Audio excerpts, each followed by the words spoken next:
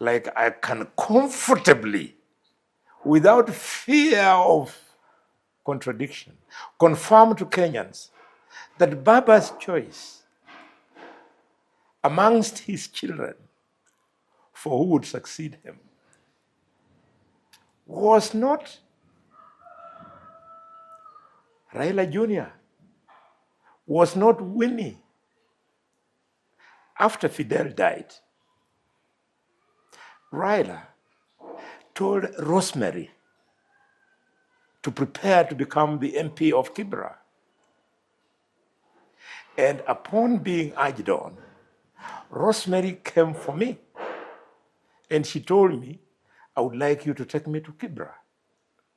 And I took her to Kibra in her maiden rally at Kamkunji grounds, which is very symbolic in Kibra constituency. Who do you think might be able to fit in those boots as an opposition leader? The person who will fit in those huge shoes is not necessarily Uboro Dinga, who was hurriedly gifted the position to be the party leader of ODM interim.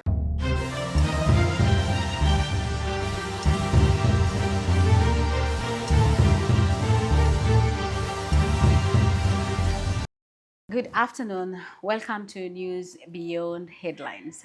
I'm your host, Violet Auma, and today we speak to one of the Kenya's outspoken leaders, Kakamega Senator and Senate Majority Chief Whip, Dr. Boni Khalwale.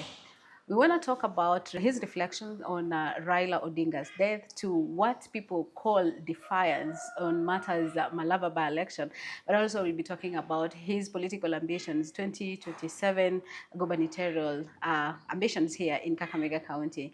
Welcome, Dr. Senator Boni Khalwale. Thank you very much, Yes. my sister. Uh-huh. Yes, it's my pleasure that you are having me this afternoon. Senator, you know, like currently as we speak, Kenya continues mourning Raila Odinga. You as a person, I know you've interacted with him. How do you view Raila Odinga as a person, the late Raila Odinga? Raila was a great man. His persona, his thinking, his politics were consequential.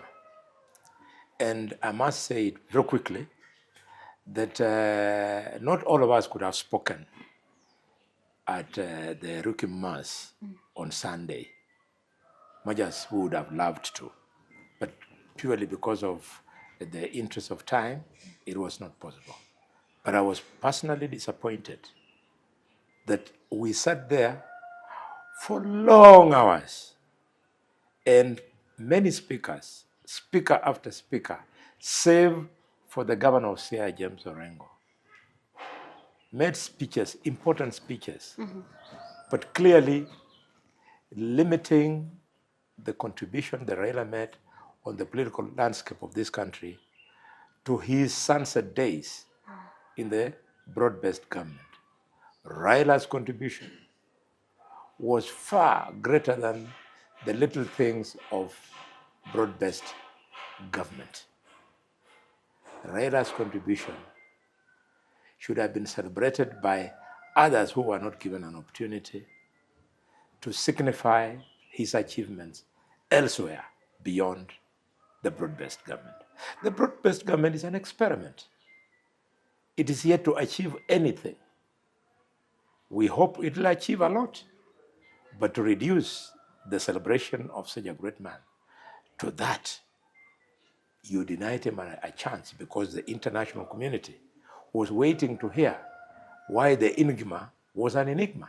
What it was that was supposed to be said that was not said? I mean, if you had given Mother Karua an opportunity to speak, she had something to say. She was his running mate. She worked with Raila for 20 years in parliament. And part of those 20 years, Raila was prime minister. Nobody mentioned how Raila brought the country together after the post-election violence.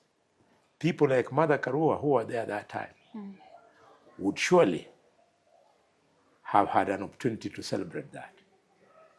And many more and not forgetting even myself.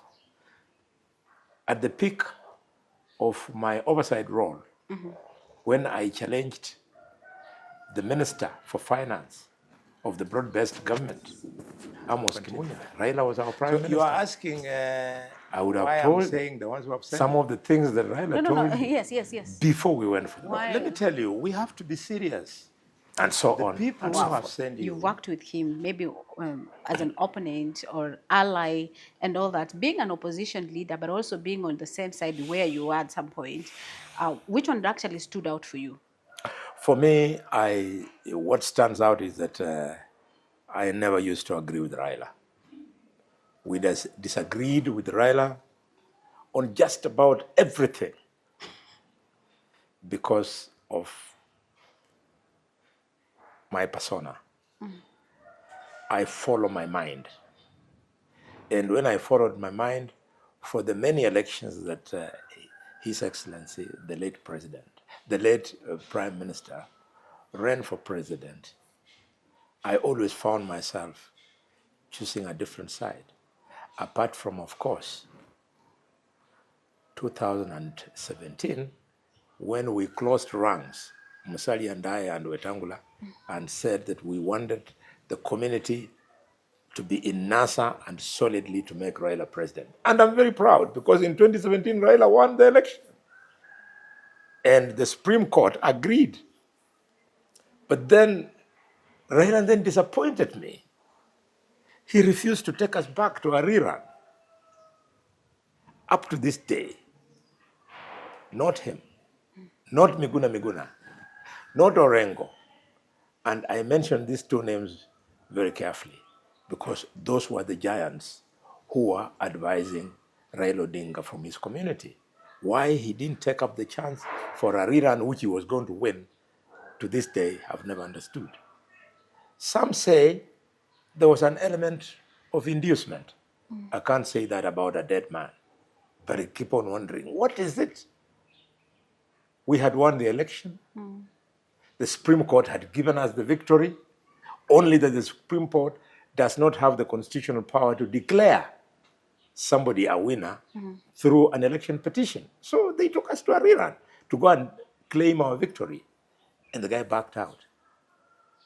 I was personally pissed off when I saw him on the footsteps of Harambe's house with Uhuru Kenyatta in what became some form of handshake, politics of handshakes. I do not subscribe to them because the Constitution of Kenya is structured so that political offices are achieved through competition and not through boardroom decisions. In fact, one of the biggest weakness that we have in my party, UDA, is that the party leader of UDA, His Excellency the President, who we respect, does not believe in competitive identification of candidates. He believes in boardroom decisions where Beatrice should give in to Jacob and Jacob should be forced to accept that he's not the best. And yet, it is the people who are supposed to decide. You've seen, even in the current by-elections, candidates from across the country have been asked to step out of and back out of the race. That is not why, at the age of 22 years old, at the University of Nairobi, I joined the political space where I have stayed steadfastly. I joined Believe because having read and understood what democracy means, I chose to go into that space so that Kenyans, rich and poor, from influential to non-influential families all the way to dynasties, would have an equal chance, an equal opportunity to ascend not only just to political office, but to the highest office of the land. In fact, it was because of this, partly, that from nowhere, I decided to back William Ruto, because William Ruto had no chance. He was facing the dynasties of Kenya, and I was irritated as a son of a Changa brewer that then when will our time come? So Actually, I decided to back him. yeah, we will be coming back to basically what is happening, and I really want to know where you stand currently in matters UDA. But still on Raila Odinga, Raila's passing. According to you, what do you think Kenya has lost, and what's his political legacy that he's left behind? There is an English saying that when a king dies, he doesn't die with a crown. And they say in English that the king is dead, long live the crown. So Raila's death,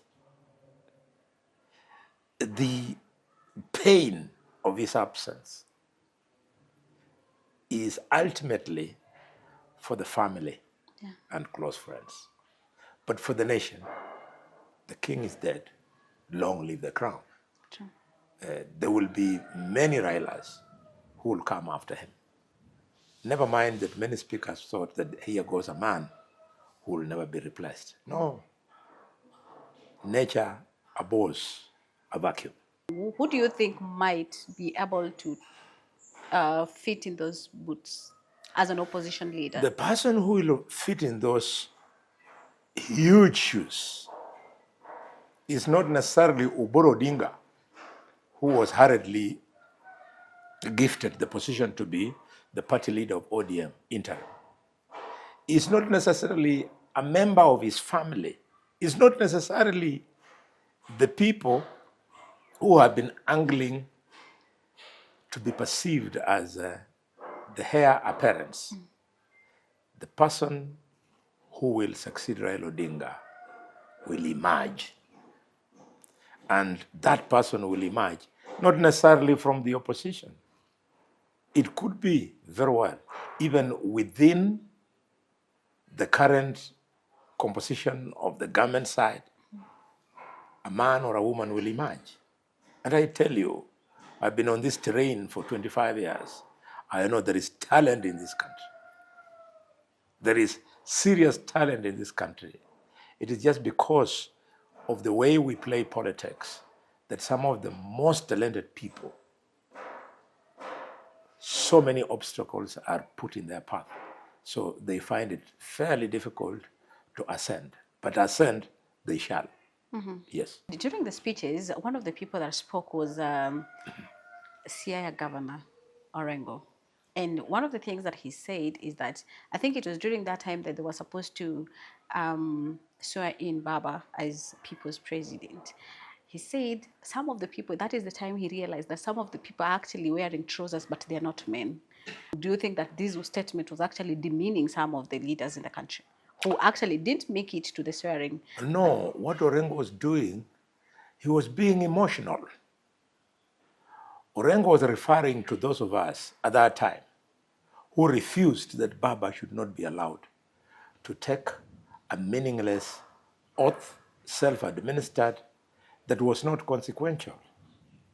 Secondly, who knew that in the event the sitting government would do what it takes to quell that kind of attempt, it was going to result in unnecessary loss of many lives and property. Not because we were cowards when we took that position, but because we know and we knew that the Constitution of Kenya is very explicit on how to take over power. Taking over power in the Constitution of Kenya is only through one path, through an election. So we knew any other path was treasonable, and any attempt to pursue it was self-serving and meaningless.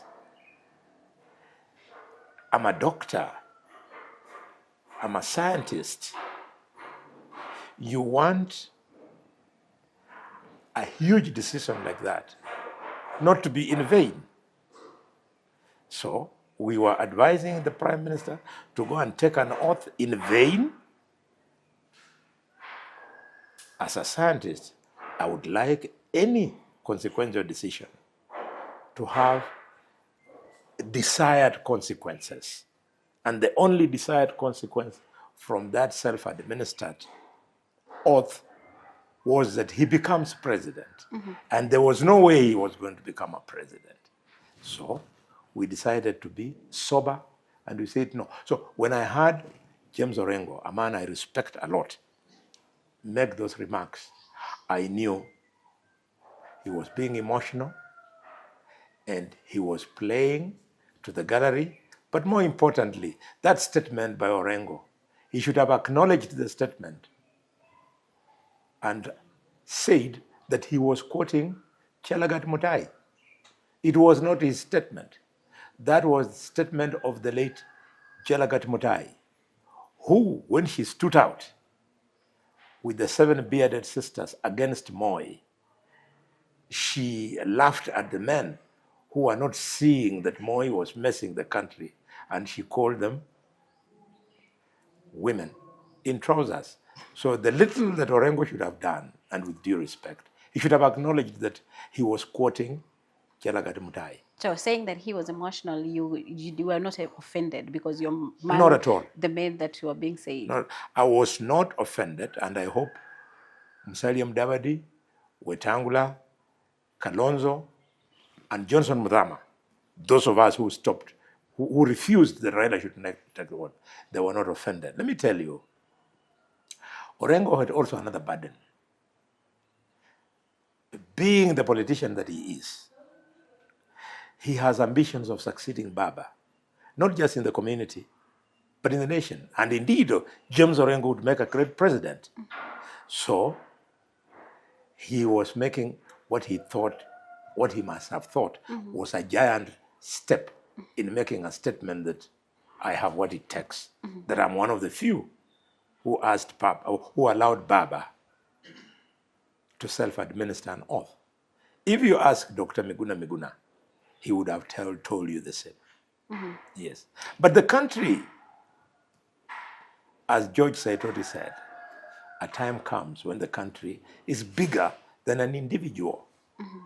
And therefore, at the time of taking oath, when we argued with the Raila Odinga, James Orengo, Miguna, myself, we were in Orengo's office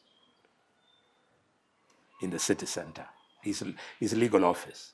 When we argued that he should take or not take, it was so hot that we had to talk to the president of Tanzania, Magufuli. And Magufuli called and told Raila, if you take this oath, I can see your team. Khalwale is there, Orengo is there, Miguna is there, Muthama is there.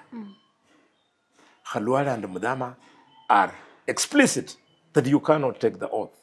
If you take it, you will become an international pariah. You will no longer be the admired opposition leader. Don't take. But Orengo kept quiet. Miguna urged him on, and it came to pass. End result, nothing. I know currently you're not in the opposition, and as you say, you have not been very close with Raila Odinga, especially because it's like you've been drifting apart when it comes to matters politics. A lot of people actually have been saying that Raila Odinga has been the glue that has been putting together all these people in terms of, the opposition, but also ODM. Do you think that his death marks the end of ODM? I would love ODM to remain strong. I would love ODM to outlive the lifetime of Raila Odinga. However, history teaches me otherwise. History teaches me that Kanu died with Moi, that Foda Sili died with Kenneth Matiba. that Fort Kenya died with Michael Kijana Wamalwa, and that PNU died with Mwai Kibaki, and that Jubilee, thank God President Uhuru is still alive. Why you see it still kicking but not strong is because President Uhuru is around. But if he was not there, it would have died with him. So the history of this country, unfortunately, we can't pretend that we are in the US, where you have got a strong Democratic Party and Republican Party. The history of our country is that parties exit with their strong political leaders. I see that hovering around Raila Odinga. You saw, even when we were in Bondo on the final day, as he was eulogized, you could see 3 different groups of ODM. There was the progressive team of Babu Wino and Edwin Sifuna. They were saying the things that were exciting the voter of the future, the youth. And we had the second group of the people who came to government through the window of broad-based government, who came to eat. They included Piondai, he came to eat. Oparanya, he came to eat. Joho, he came to eat. And the young lady from Turkana, they all came to eat. They would have, and the man I love, John Badi, they came to eat. They would have killed you.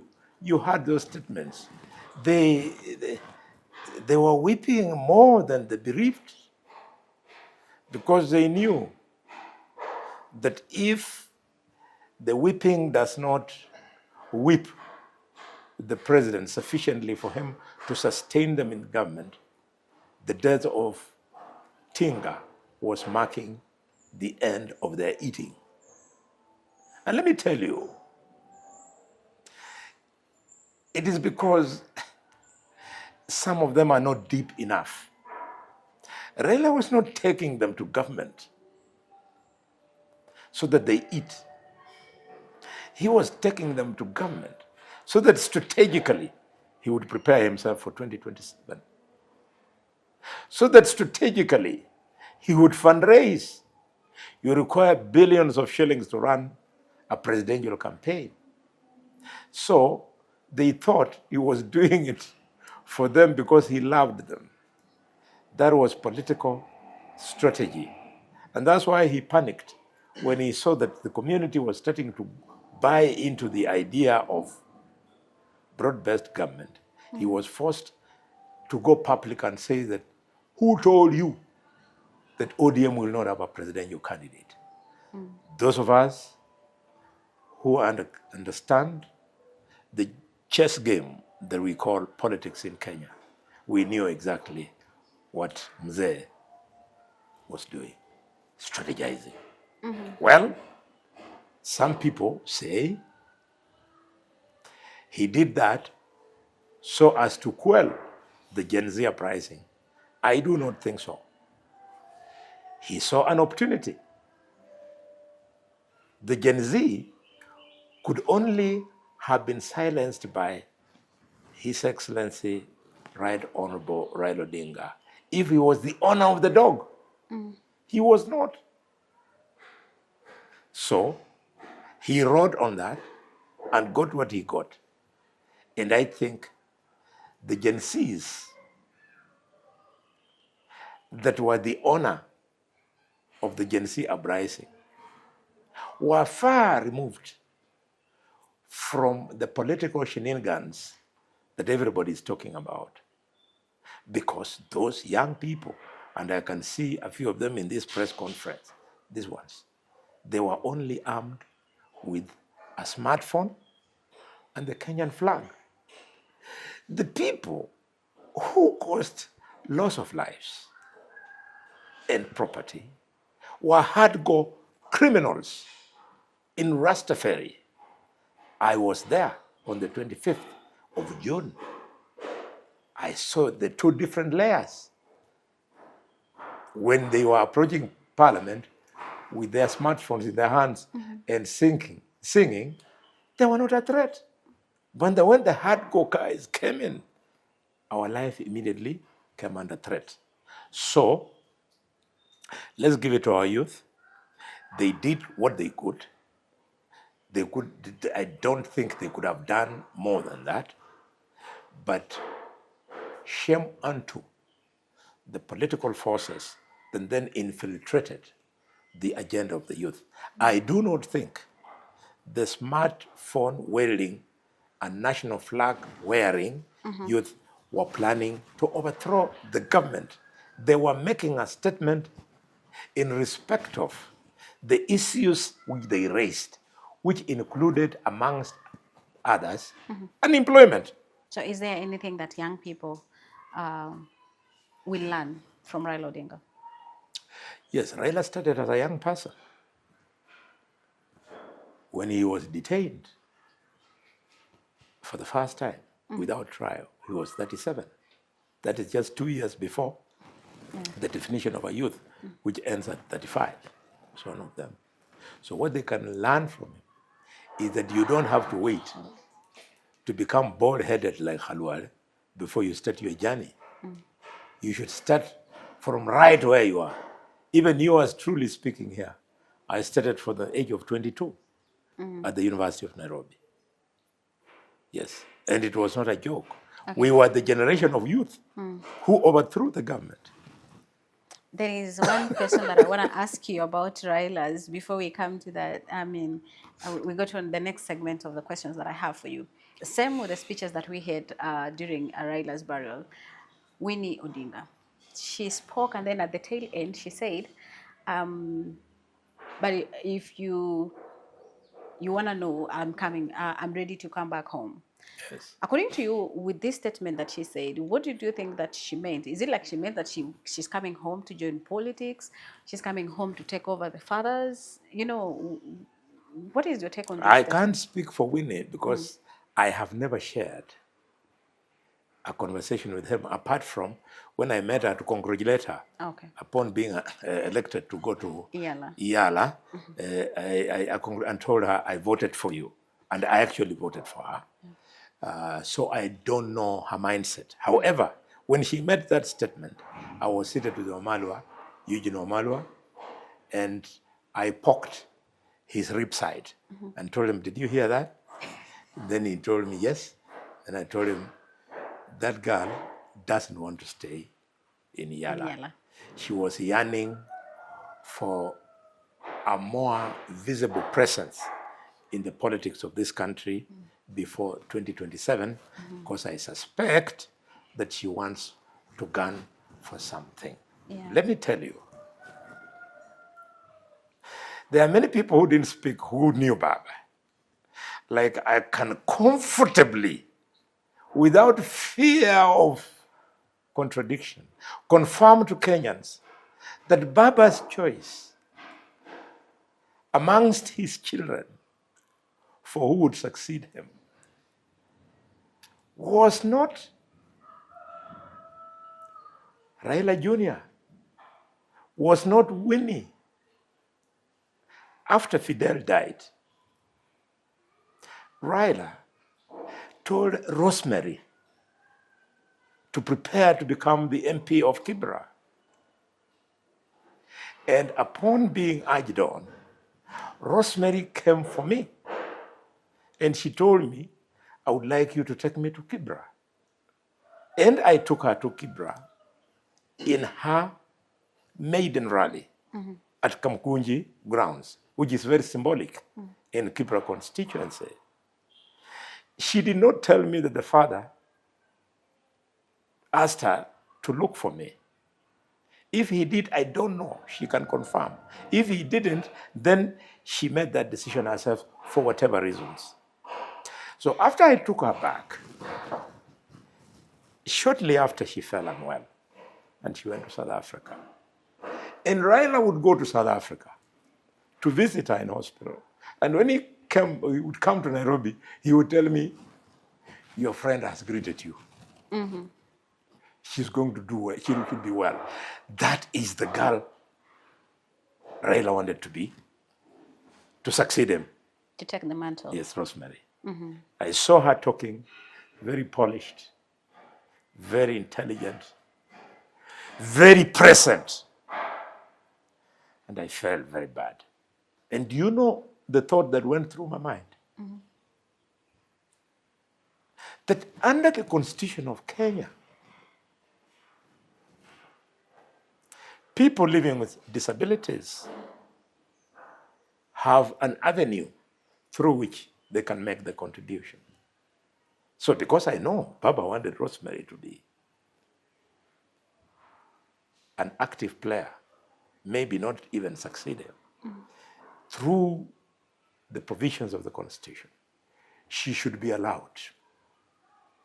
After all, I know a few people who live with the disability of blindness who are active in politics.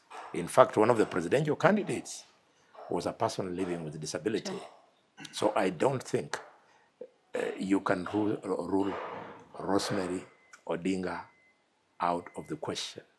But I saw in her demeanor that it's not on her mind. For your information, I'm a doctor. We are trained to read body language, to attempt to understand more when somebody is speaking, because when patients present to you, you have to hear more than what they are telling you.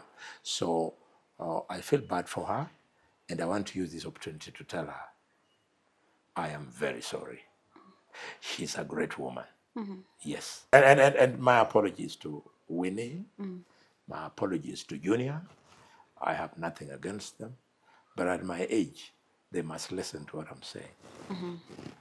It is without prejudice. Yeah, but maybe one of these fine days we will get them, in this political scene in the country, probably.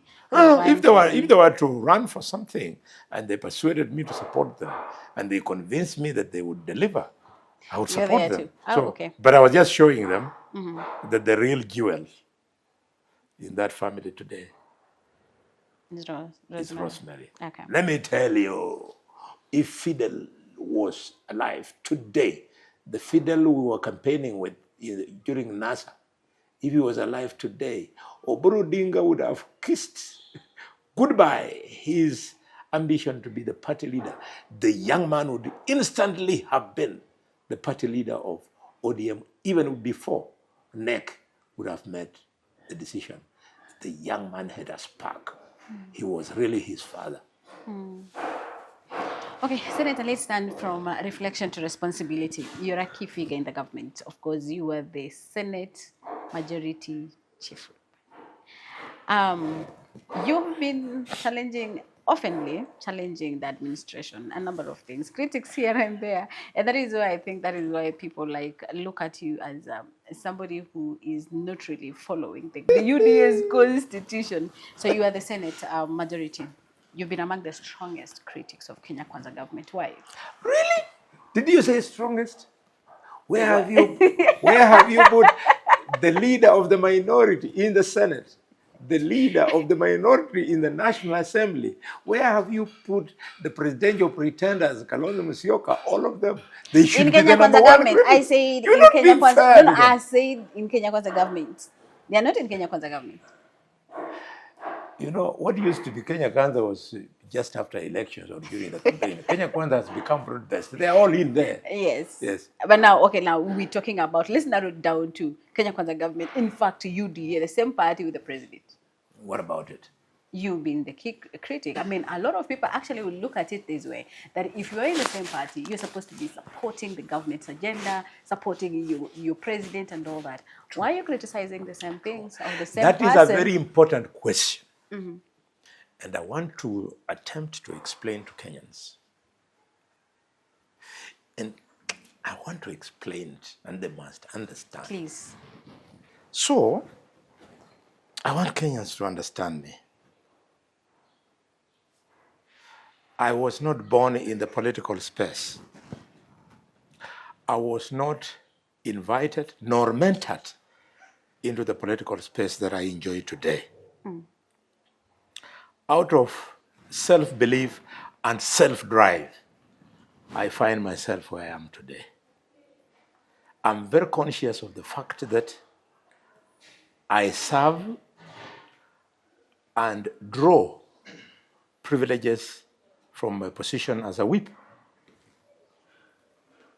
I do not suffer from amnesia. What I have done is what I have done all over my life for the last 25 years. I follow my mind. And because I support the president, I cannot support the president to fail. I would only support him to fail if I was his competitor, so that I capitalize on it. So every time you see me point out where the government is getting it wrong, it is because I know, much as it might be doing well, it can do better. We had a class of very brilliant doctors who were my classmates. I was privileged to be their classmate. Many of them were smarter than me, and many of them believed that I was smarter than them. What would they make of me? Because they watch me in the public space. And I owe them that I do not become a duplicate of the present day politician who is either wash or cannot explain where their wealth has come from, or who vomit on our shoes after they have stolen our wealth and they want us to cheer them on. I cannot celebrate that kind of collegiality in the political space. Now, to be specific, given another opportunity, I would still choose President Ruto over Raila Odinga to become president. That is, if we were to go back to 2022. But going to 2027, I would not rush to say Ruto for president. I would be quick to say that has Ruto delivered? The confidence he enjoyed 3 years ago was unconditional. But the confidence he's going to enjoy from us who believe in Kenya in 2027 will be conditional. We will say, have you delivered? And if you have not delivered, do you have what it takes to deliver in the next round of 5 years? That is how a thinking voter is supposed to do. Fast forward to what I know is burning you. That why has Dr. Khalwale, a leader in the government of the day, chosen to support a candidate in the by-election from a party that is in the opposition? I have done that one because of the imperative of freedom. Freedom of choice. It is enshrined in our Constitution, which I sought to uphold, to protect, and to ensure that it is defended. That freedom of choice for who should be the leader, somebody wants to take it away from the people of the Luo Nation. And the Luo Nation has youth who many years from now will rise to levels beyond where I am. They should not be taken home to believe that to choose a leader in Luo land, some people from outside the community, whatever their positions in society, can come and dictate to us. The youth, the women, sugarcane cutters, bullfighters of Malaba, we will help them to choose the leader they deserve. And that does not mean disrespecting or going against the government. If it is because of political party discipline, the party that took me to parliament is called UDA. But today, as we speak, the party leader of UDA, His Excellency the President, is supporting ODM in Kaspool.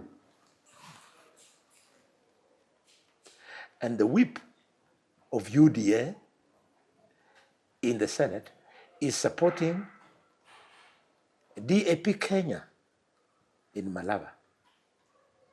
So, if it is good for the goose, it should also be good for the gander. Unless, of course, I am confused. If the imperative is political party discipline, Seth Panyako, who I am supporting and who I urge the people of Malawi to vote for, to the man, he is the person the president asked me that Khalwale, now we have successfully founded a party called UDA. Please let us form a national executive council. Give me 2 names. And the first name I gave him was of my political opponent, Michael Isiao Amalemba. You know the young man, member of NEC. The second name, I told him, Your Excellency, let me go and think. So I went and held a meeting with the chief of nurses, Seth Panyako, and I gave him the name. So these 2 people were members of NEC on UDA. So when a member of NEC wants to be elected as a leader on his own party, as Seth Panyako is, why are we denying him? Where are we taking him his freedom of enjoying his political rights? I am defending freedom and I am defending democracy. So wewe umeniuliza nikuja hapa, wacha nikuambia maneno ya wasomi kidogo. Freedom. When a defender of freedom rises and resists any threat to freedom, that defender of freedom must be celebrated. That's why Raila was being celebrated, because he was a defender of freedom. We've had a section of leaders in Kenya Kwanza. They have been calling for you to be first and foremost kicked out of the party. Yes. But also 2, majority whip. Yes. Reason being you've gone against, but I know you went ahead and answered that question because President William Ruto is supporting someone in Kaspool, ODM candidate, whatever. Yeah. But now, are you ready to relinquish your majority seat now that we've had those calls from leaders in the government? I don't hold the position of whip at my pleasure. I hold the position of whip at the pleasure of the appointing authority. So if the appointing authority, for whatever reasons, believes that I should not serve in that office, it is not my pleasure. I would take it within my stride.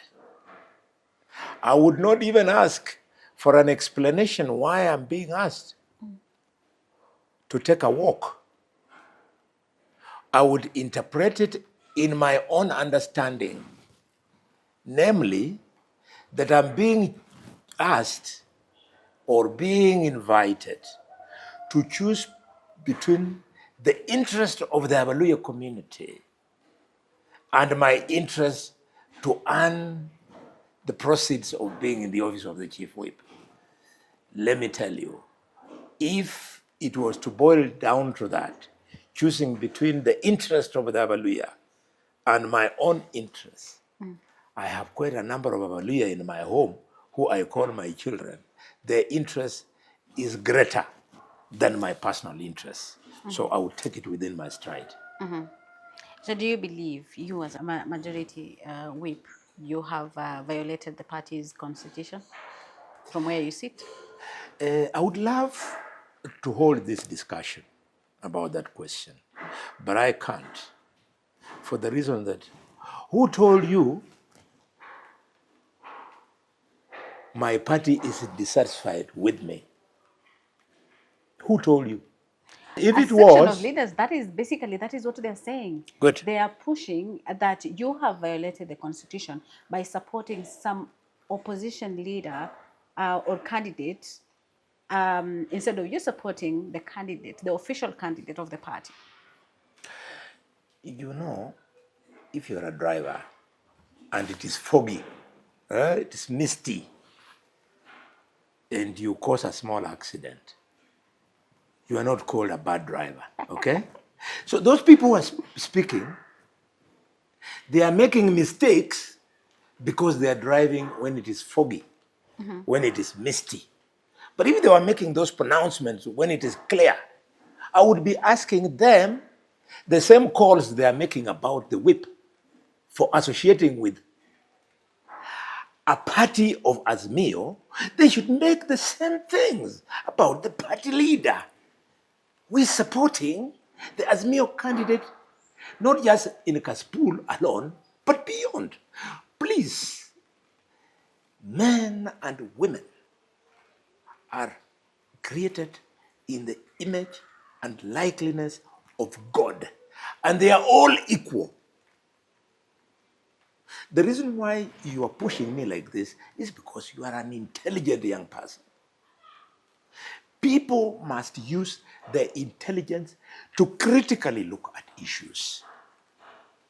How do you expect me to turn against the person who was responsible for the 600,000 votes that President Ruto got in the Leo community, whom I partnered with, Seth Panyako, to make Ruto president? How do I turn against him? Next time, because he's younger than me, he'll tell me Luya elders are not reliable. Michael Kijana Wamalwa, who mentored me, would never have turned against me. The young people who I influenced to work with me to make President Ruto run in Luyaland had the choice of going to Azmio, but they believed in me. So for the sake of me being our chief whip, I abandoned them. I cannot abandon Seth Panyako. He is the chief of UDA in Malaba who has been dumped by the roadside. Why? Because of latecomers called Musalia Mudavadi who found Panyako with the Ruto. They are saying, get him out of the way. I want to get my own choice. Your own choice, Mudavadi? But he's no longer in the party. Who is no longer in the party? Spanyako. Yes, because he was elbowed out. Sikia, Waswahili husema akufukuzaye kwake hakuambii toka. Seth Panyako is not a desperate person. He has political choices. So, as God says, when this door is locked, another door opens. So Seth's door in UDA was locked. And he has come on the Wamalwa side. Wamalwa has opened another door to allow him an opportunity to enjoy chapter 4 right called your political right. Let's be fair to everybody. And let us not be selfish or threaten people that if you don't do this, this will become of you. Why are you threatening me? Why? You know, it's been, I don't know if Not you. Yeah, I know, Whoever said you no. to I'm ask just that asking. question. Why did he ask you to threaten me? I'm not. I'm not threatening you, really. I'm just asking because I really want answers because it's something that has been said. Yeah. It was in a church somewhere in Malava. And one of the things that actually came out is that you're supposed to face disciplinary action. And there was a letter that was supposed to be drafted to you. Yes. So I wanted to know, did you receive any letter from the party? Thank you for asking me that question. I do not have any letter. If I had a letter, I would say it in this press conference. And because there is no letter, and we see stuff circulating on social media, I cannot, a constitutional office holder, respond to social media banter. So as and when a letter will be written to me, I have the personal or capacity through my legal team support to respond. I would respond gladly because, as I said, I'm not suffering from amnesia. I'm very sober. Okay. Yes. We want the government to work, but we want the government to work within the confines of the Constitution of Kenya. Anything other than that is a journey towards anarchy. So if at all you receive that letter, Yes. Dr. Yes. Boni Khalwale, will you be able to face the disciplinary action?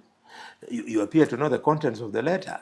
No, I'm just asking because as much as you say it was like by the roadside, you will not respond to it. But one of the things that they said during that meeting Yes. was that you will have to face the disciplinary action because you're supporting a candidate from the opposition who is not Yes. an official candidate of the party. Yes.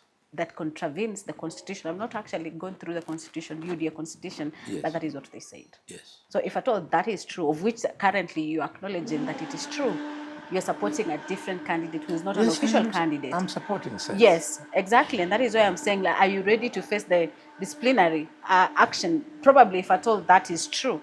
I'll tell you something. Yeah. The so-called disciplinary action by Johnny's come lately,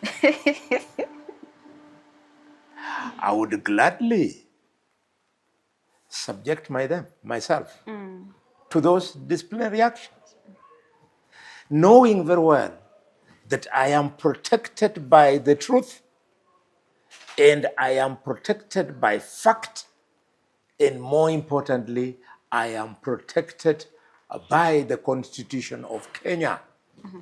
Disciplinary action by the constitution of a political party does not take away, does not vacate the provisions of the Constitution of Kenya in respect of the freedom of association. It is constitutional. The freedom of choice and the freedom of expression. Let me tell you, Raila is where he is today because he stuck to that. He knew that everything said and done, these freedoms are paramount. Man, the guy was behind the bars for 18 years. I was listening to my brother, a man I respect, Senator Richard Momoima Onyonka, and he told me how when they were in detention, Raila would be taken away at 3 a.m. in the morning and other wee hours of the night. And they would hear him walking away, tap, tap, tap, and they would know he was going to be killed. And he would then, many hours later, come back when they have not broken him. He touched me because that part of Richard Onyonka, a son of a minister, had not been evident to me. We must remain stoic to defend freedom, to remove detention without trial. Martin Shukuku, Kenneth Matiba paid with their lives. Shukuku had broken, he came out a cripple. Matiba literally came out almost a vegetable. It is not easy, and we want to call upon all political players to allow Kenyans to enjoy their freedom. When you enjoy your freedom, it doesn't deny me an opportunity to enjoy my freedom. It only becomes an offense if, in the enjoyment of your freedom, you infringe on the freedom of other people. I call upon all Kenyan leaders that this is not optional. You know, When I was discontinued from the University of Nairobi as a student of medicine, it was not because I had stolen anything. It's not because I attacked anybody. It is because I was a victim of conscience. And I was a victim because that day, before we moved in, George Gidhi, then the editor of the Standard newspaper, it was those days called the East African Standard, had been detained without trial. John Haminwa, an eminent senior counsel who is now in his 90s today, had been detained without trial. And Jaramogi Oginga Odinga had been put under house arrest. That time, Raila was free. When we took that plunge, Raila was not there. He had not been detained. We were ahead of him. I'm telling you today. So, that clarity of thought I had at the age of 22, my dear journalist, is the same clarity I have today that Kenya has made such a huge gains, as Orengo said, at the barrio. We should not allow the loss of any of those gains. If in the process of defending those gains, some of us will lose certain privileges, then be it. I also want you to be fair to me on two accounts. The first account is that when I look at the pedigree of the leaders who are saying nimekosa sana, I just laugh because you want me to respond to people like Ditmus Barasa? Ditmus Barasa, MP for Kimilili. We respect the people of Kimilili. Kimilili is the constituency of Mohisa Kitui, a great man. Kimilili is the constituency of Elijah Weseke Mwangale. Kimilili is the birthplace of Henry Pius Masinde Muliro. We respect those people. But if there would be anybody from Kimilili to challenge me, it would not be Ditmus Barasa. Ordinarily, on a good day, Ditmus Barasa should today be serving at my gate as a watchman, opening and closing the gate as I come in and as I go out. It is because the political arena has now been open to people with nondescript backgrounds that the standard of leadership in our constituencies, in our counties, unfortunately, is replete with corruption. The second count upon which you must forgive me is that I must be allowed to associate with fellow lawyers who are not necessarily incumbent like me. Wamalwa, I'm associating with him proudly. He's not incumbent. I'm associating with Wafula Wamnyinyi, George Natembea. They are not in government. Why are you asking me to explain when just the other day, His Excellency, the President of the Republic of Kenya, associated himself with his own brother, Gideon Moi?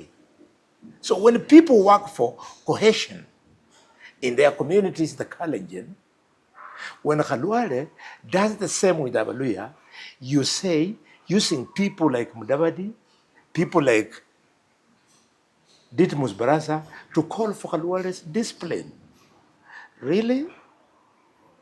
I ask you, reflect on this.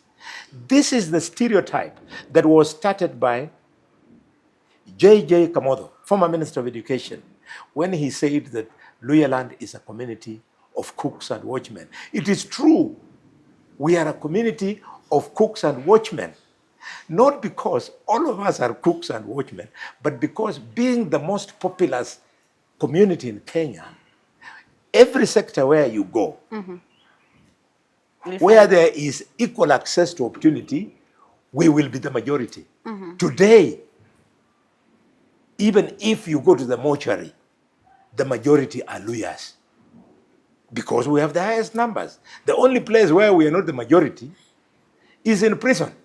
The people of Mount Kenya are the ones you find in prisons in higher numbers because they have a criminal mindset. We are the disciplined, dignified community of Kenya, the house of peace. You know, And people have to appreciate us, not to belittle us. When you belittle a Luya leader like myself, what do you think about the sugarcane cutter? What do you think about the gold miner? What do you think about our cooks? What do you think about our mothers who are jobless? What do you think about our Mama Pimas? My son of a Mama Pima. We will defend them. And through me and others, we will be such a shining, admirable example to their children that one day many of the Luya Nation children will become doctors like me, senators, and hopefully outlive me and outperform me. That is the message we take home every day. you know, when you say that Didmus Barasa is supposed to be opening and closing My doors, gate! I was your gate. I was like, what? Because I had a one-on-one interview with Didmus Barasa, by the way, and he told me he has gone to school and I think he has papers. Amesoma mpaka mwisho wa kusoma. Wa dunia. Yes, mwisho wa kusoma, because he says he's anangojea tu kupata hiyo doctorate. That's true. He has all those papers. Let me tell you, as an So do you expect a let doctor me tell to you, open and close your gate? let me tell you as an academician, possession of a degree, certificate, or even a PhD is not a measure of intelligence. Okay. And that is a fact of science. That we have many PhD holders who are academic fools. I mean, these degrees that people, I call the Kumbaru degrees. Excuse me. These Kumbaru degrees that people brag about, where were they when we were in school, when their age mates were in school, when they were outperforming them as they grew from level to level? This afterthought of Kumbaru. After all, through Kumbaru, a woman in the village can know how to read and write. That does not mean that woman is a class A student of a primary school. And I respect them. I respect Kumbaru degrees. But given an opportunity, when the standards will be there, when we want the civil service to perform, we will not give priority to people with Kumbaru degrees. We will give priority to the children who are first past the post. So Didmus Barasa is not And intelligent. He's not intelligent. Okay, you know. I get you. I get you. Laughing matter. You said that you're supporting Seth Panyakov for Malava by-election. Yeah. Why not Ndakwa? Oh yeah, Ndakwa is fine. Ndakwa is a young man in this town. We would support him anytime. But not now. I would have supported Ndagwa, but the process of identifying Ndagwa was very offensive. To this extent, that I kept out of Malaba politics for 6 months from the time Mheshimiwa died, knowing very well that people would compete. So, when my party, UDA, then called for nominations, I was very happy and cheerful. But when the exercise took place, the person who won the election, Rian Njendi, was pronounced to be number 2. Now, ask myself, why is Rian being made number 2 when he has won? I went and found that the process was infiltrated by staff from the office of the principal cabinet secretary, led by Mr. Busieka, Mr. Stiho, together with the principal secretary in the Ministry of Education, Beatrice Nyangala, and others. They came to overturn the will of the people. So Ryan's victory was gifted to Ndakwa. So I said, okay, wait a minute. Mudavadi wants to force Ndakwa on the people of Malaba, when in the first place, Mudavadi does not even come from Malaba. When in the second place, he does not even come from Kakamega County. When in the third place, Mudavadi has forgotten that he is a beneficiary of succession politics. When Mudavadi entered politics at the age of 24, he was gifted that seat by Daniel Moi after Luya leaders, Brudi Nabwera from Malaba, Amos Wako, Fred Gumo, and others prevailed upon Moi that Mudavadi has died, take his son. So if it was right for Mudavadi to be assisted to become a successor of his father, why is he bitter for Ryan Malulu to succeed his own father? I would have comfortably supported Ryan on UDA. Me, I would have supported Ryan. But because Mudavadi wants to load it down on us, I would like to support Ryan by default.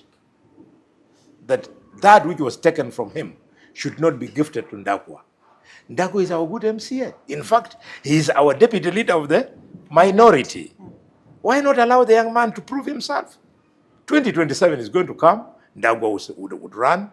Maybe he would have defeated Ryan. Hii maneno ya watu kunyanyasa mtoto ya marehemu just because they sit close to the powers that be, a few of us who believe in defending freedom, we shall rise, and we have risen. We shall resist, and we are resisting. Yes. Wow. If I'm lying, let me deny that he was not babysitted to become his father's successor. No, actually, whatever you're telling us is a different thing, because now you're actually saying authoritatively that Ryan Injendi won the nominations. Ryan won the election. In fact, I know of people very close to the president, let me challenge them, who gave him liquid cash and who used to tell me, Khalwale, take it easy. We are supporting Ryan financially. Some of them very close to me. In fact, on voting day, one of my close friends gave Ryan 1 million shillings to organize his agents. And I was asking them, what is the problem? You are from the so-called, the inner core of government. They were telling me it's because Mudavadi is insisting that he wants his own person. How can Ryan Malulu not be Masalia's person? What is this that takes place between Mudavadi and Ndakwa that should make Mudavadi take away Ryan's rights? Okay, so according to you, was Ryan president's candidate and Ndakwa Musalia's candidate? No. So president The was not nomination in it. in Malaba, I can put it on the record. The president wanted a UDA candidate.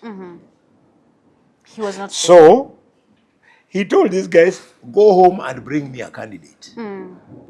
Don't forget, the president's clerk, Farouk Kibet, was for somebody else. Okay. Leader of the majority in the Senate, Aaron Cheriot, was for somebody else. Mudavadi was for somebody else.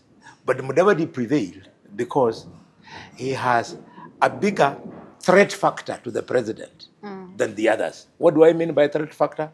The threat factor is that if you disappoint Mudavadi, maybe you'll annoy many more lawyers than if you disappoint the others. Yeah. So who was Farouk's candidate? I don't know. You know Yes, him. you're the one who just said right now. will So tell you're you. telling me something that you don't know. But this is Kakamega. I know Kakamega. I know the political terrain. Huh? Okay, so I can not only tell you who are the candidates, but I can tell you the names of the wives. I can tell you the names of their no, mothers no, no. Let's not go and their there. grandmothers. Let's not go Because there. this is our home. Yes, let's not go to wives and grandmothers. Anyways, I wanted to ask, Raila Odinga has been, has considered, and a lot of people actually considered Western region Raila's stronghold for many years. His passing, does it mean that the Luya nation now they are free for anyone to come and grab? Raila's Western has never been Raila's. I said a lot of people have Yes. considered. They are wrong. They're wrong. Okay. It is because in several corners of the Luya nation, we don't have men and women who would call Raila's claim to bluff. But numbers speak for themselves. Over and over again, I called Raila to bluff, and over again, I defeated him. So, if we had such a numbers, this myth would not be there. When Soita was alive, he called Raila to bluff. He defeated him again and again. When Leo Lakmas, former MP of Shinyalu, was still interested in politics, he called Raila to bluff. When the late Dr. Newton Kulundo was alive, he called Raila to bluff. So what we are lacking in the Luo nation is leaders with the self-belief that people don't vote for you at the pleasure of Raila, but they vote for you because they have seen in you what it takes to lead them. No, but when you're looking at the numbers, Raila has vied for for presidency 5 times, right? Yes, yes. When you look at the numbers, he's been leading. Talk of Kakamega, for example. Like even last year, like the contest between Raila Odinga and President William Ruto, who won? Who got the majority? I think Raila got more. Yeah, everybody. Actually, all the time. Because of my strategy. My strategy was not to win the election in Kakamega. What I was your knew, strategy? no, my strategy was not to win the election in Kakamega for President. the president. It was to eat into the vote, the presumed vote block of Raila Odinga. Not just in Kakamega, but in Western. And we swept away 600,000 votes. That is not a child's play. I know. Given that the former prime minister lost by a margin of only 200, you can see the damage of 600, what it meant. So, I'm not saying Raila was not popular. It is because the pretenders to the president, and you know them, Wetangula and Mudavadi, they pretend to our people that they are running for president. Our people start following them, for your information. And then months, weeks to the election day, they bow out. So our people, left with no choice, they choose the other person. For real. Look, when Kijana Wamalwa maintained his presence in the rest, he swept all the seats in Western. Raila was in the rest. In 2002, Kijana Wamalwa swept all the seats. In fact, people like Oparanya are shy to tell you people. Oparanya never came into parliament courtesy of Raila. Oparanya came to parliament in 2002 on Ford, Kenya. Yeah, he actually said courtesy of Kijana Wamalwa. He normally says, yes. Yeah. That is how consequential Wamalwa was. So it's just that our people, left with no choice, then they say, wacha tuchukue jirani. Yeah. Okay. Yeah. So, Which is not a bad thing. Yeah. Because jirani siku moja na yeye atachukua sisi. Yeah, ni mashemeji, they say so. Yes, yeah, they are Washemeki. Yeah. Even I have 2 sisters-in-law who are Luos. Yeah. That's great. Yeah. I really want us to go into matters, where you are in matters law and policy. President William Ruto, the other day, signed 8 bills into law. Among them, cybercrime bill, county boundaries bill, And you were talking about freedom of expression, freedom as per the constitution, that you cannot allow someone to take out away that, and that is in regards to what you're talking about, the Malava by-election and all that. What is your take on these bills? Two things. I cannot speak about everything. Yeah. It will take forever. But I want to speak about two bad things. The first one is Parliament giving the president an opportunity to privatize state corporations, and especially privatize Kenya Pipeline Company. Kenya Pipeline Company is one of the profit-making parastatals. It's fine. Why are you privatizing?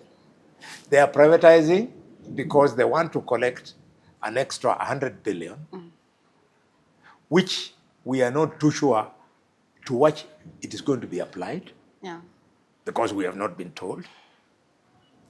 Then, in the privatization, I would have expected that if National Assembly, Senate was not involved, if National Assembly was sober, they would have said, okay, let us privatize, but give government the majority of the shareholding.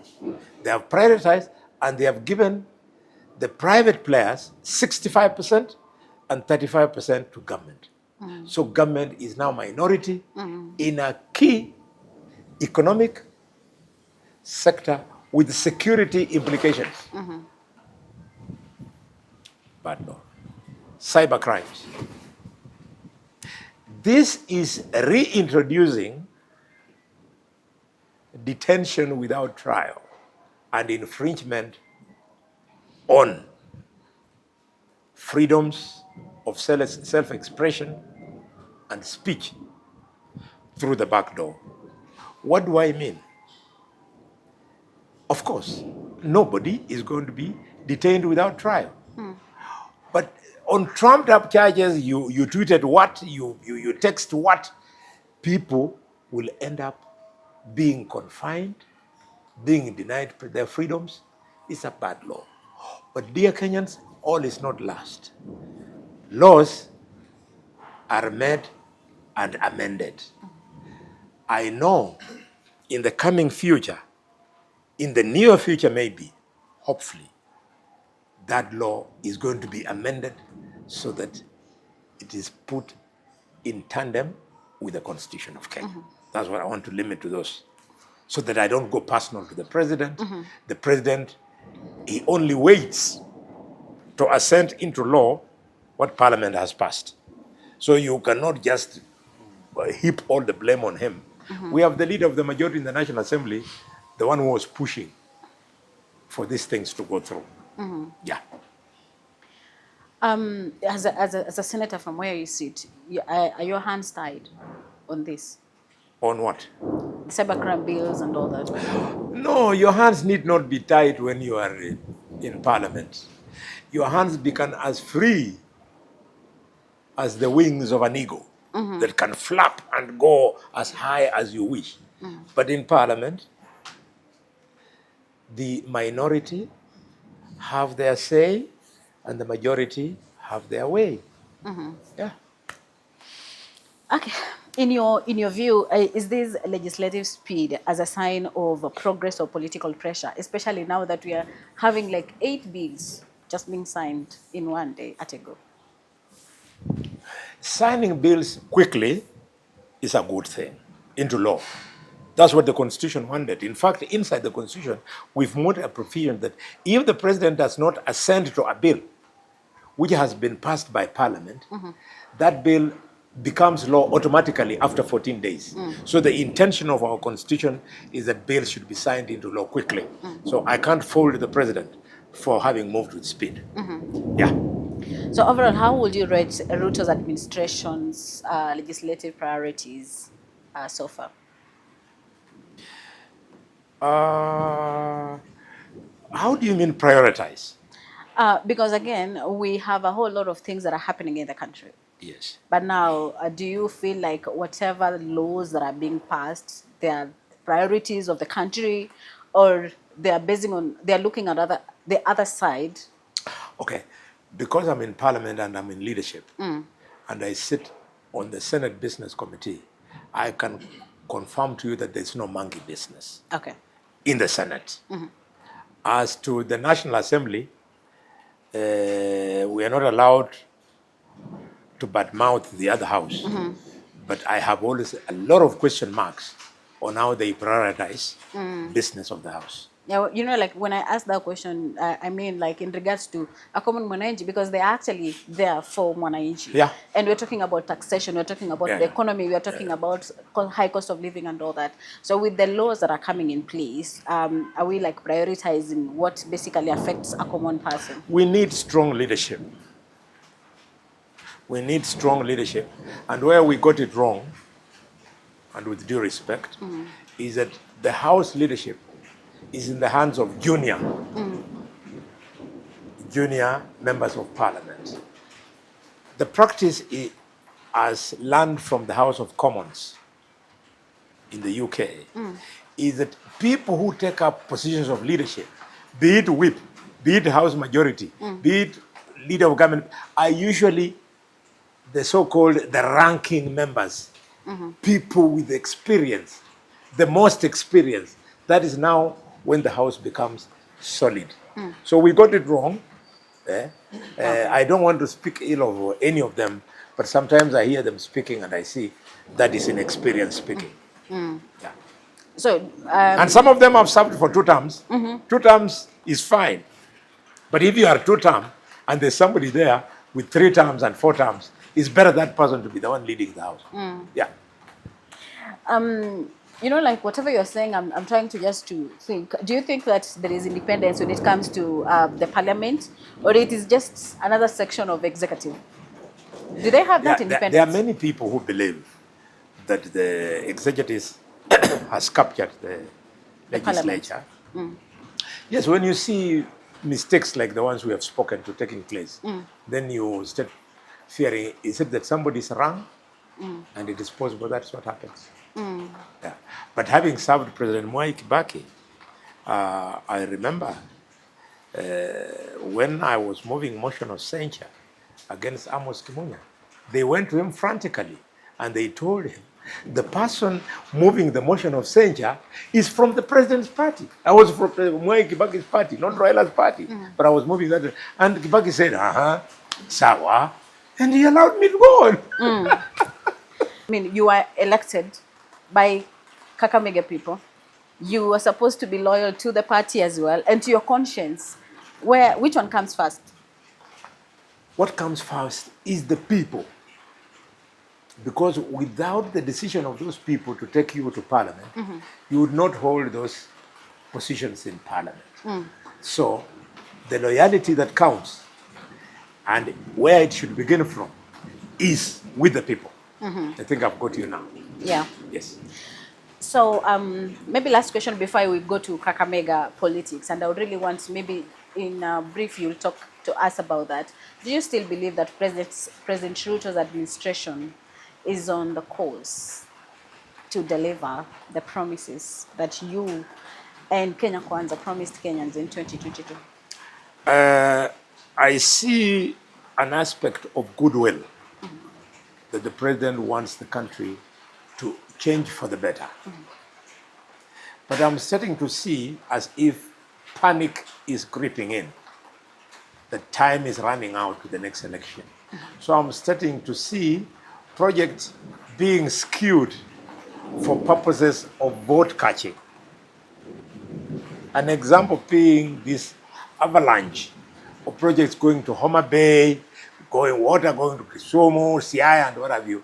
That's a vote catching tactic.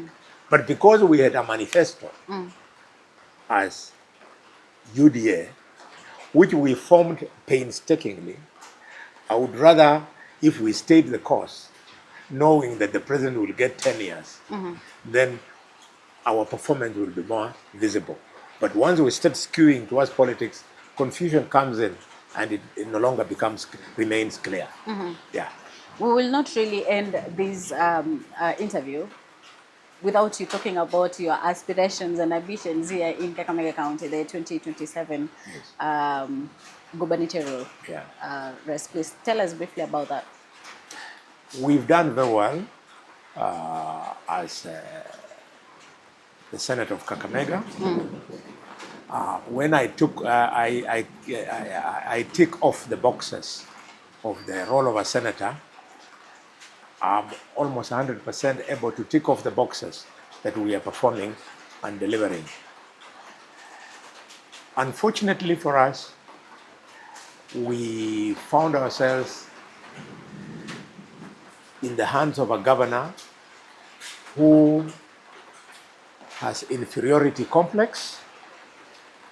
When he listens to criticism, he feels he's being, when he listens to critique to his government, he feels he's being undermined because of inferiority complex. We have a governor who has no experience. We have a governor who does not have the interests of the poor at heart. So the poor people's projects, like that little bursary, like that water flowing into the home, like having a nurse and a doctor to give free surgery to a pregnant woman of a sugarcane cutter who cannot afford a cesarean section. They don't touch him. No wonder you have been witnessing many deaths of women when a county like Kiambu has recorded 0 deaths of women in 8 months. When a county like Homa Bay has recorded a year, 4 months of 0 deaths of women, maternal deaths. So we are stuck with that, and I'm hoping that God will give us an opportunity that I serve the people of Kakamega as governor. Not out of greed, but because I believe the pedigree we have now, I'm right at the top. And you know our names. My opponents are Fernandez Barasa, woman MP, and former Senator Malala. That is the pedigree. Those are my opponents. They all have their history. I have mine. The people of Kakamega know. None of us is a stranger to them. I'm confident when they weigh our records and emerge as the best alternative. Some people are saying that you're afraid of Barasa because of the relationship with the president. Because of? The relationship with the president. No, the president will not vote for Barasa. The people of Kakamega will vote for Barasa. He can go ahead and do the things he's doing with the president, if indeed he's doing any, but I'll remain with the people. Okay. They'll vote for me. Yeah. Thank you so much. That has been Senator Dr. Boni Khalwale. Bold, controversial, and unapologetically outspoken. This is Violet Tauma. Thank you for watching the News Beyond Headlines. Please don't forget to subscribe for more in-depth interviews. Till next time. Bye-bye.